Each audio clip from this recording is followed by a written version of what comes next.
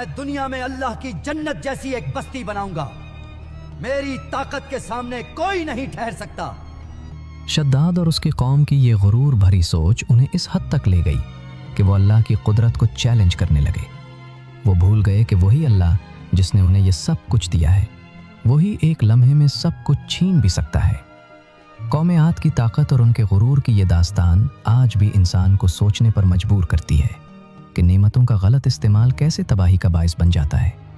ابھی تک شداد نے اپنے خواب کو حقیقت میں تبدیل کرنے کا کام شروع کر دیا تھا۔ کیا اس نے یہ شہر بنایا؟ کس طرح بنایا اور کتنا وقت لگا؟ عاد کی طاقت اور شداد کے غرور کے دور میں اللہ تعالیٰ نے انہی لوگوں میں سے ایک نبی بھیجا۔ ان کا نام حضرت ہود علیہ السلام تھا۔ وہ قوم کے ایک معزز خاندان سے تعلق رکھتے تھے اور شداد سے پہلے کے زمانے میں ان کی قوم میں موجود تھے۔ اللہ نے انہیں نبوت عطا فرمائی تاکہ وہ قوم کو توحید کی طرف بلائیں اور غرور سے بچنے کی نصیحت کریں۔ حضرت ہود علیہ السلام نے اپنے قوم کے درمیان کھلے عام تبلیغ شروع کی۔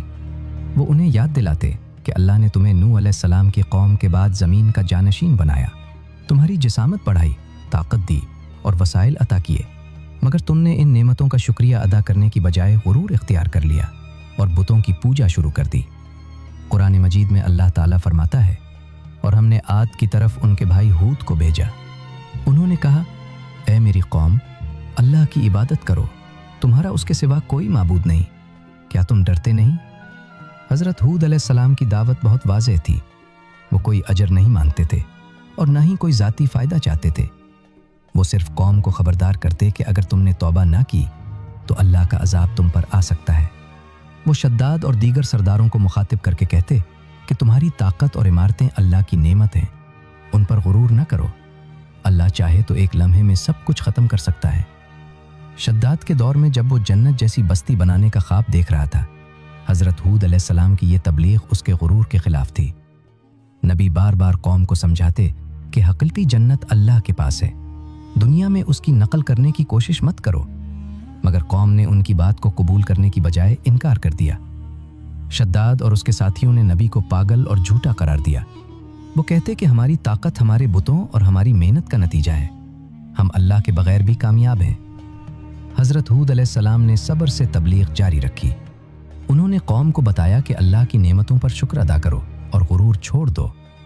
جو لوگ ان کی بات مان گئے وہ بچ گئے، مگر زیادہ تر لوگ، خاص طور پر شداد اور اس کے درباری، انکار پر اڑے رہے۔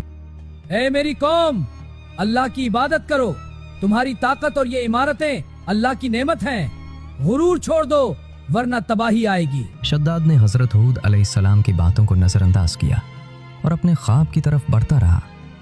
وہ سمجھتا تھا کہ اس کی سلطنت اتنی مضبوط ہے کہ کوئی عذاب اسے چھو بھی نہیں سکتا۔ اس نے سوچا کہ اگر وہ دنیا میں جنت جیسی بستی بنا لے تو لوگ اسے اللہ کے برابر سمجھیں گے۔ اس کی یہ سوچ اس کے غرور کو انتہا تک لے گئی۔ حضرت ہود علیہ السلام کی تبلیغ کئی سال تک جاری رہی۔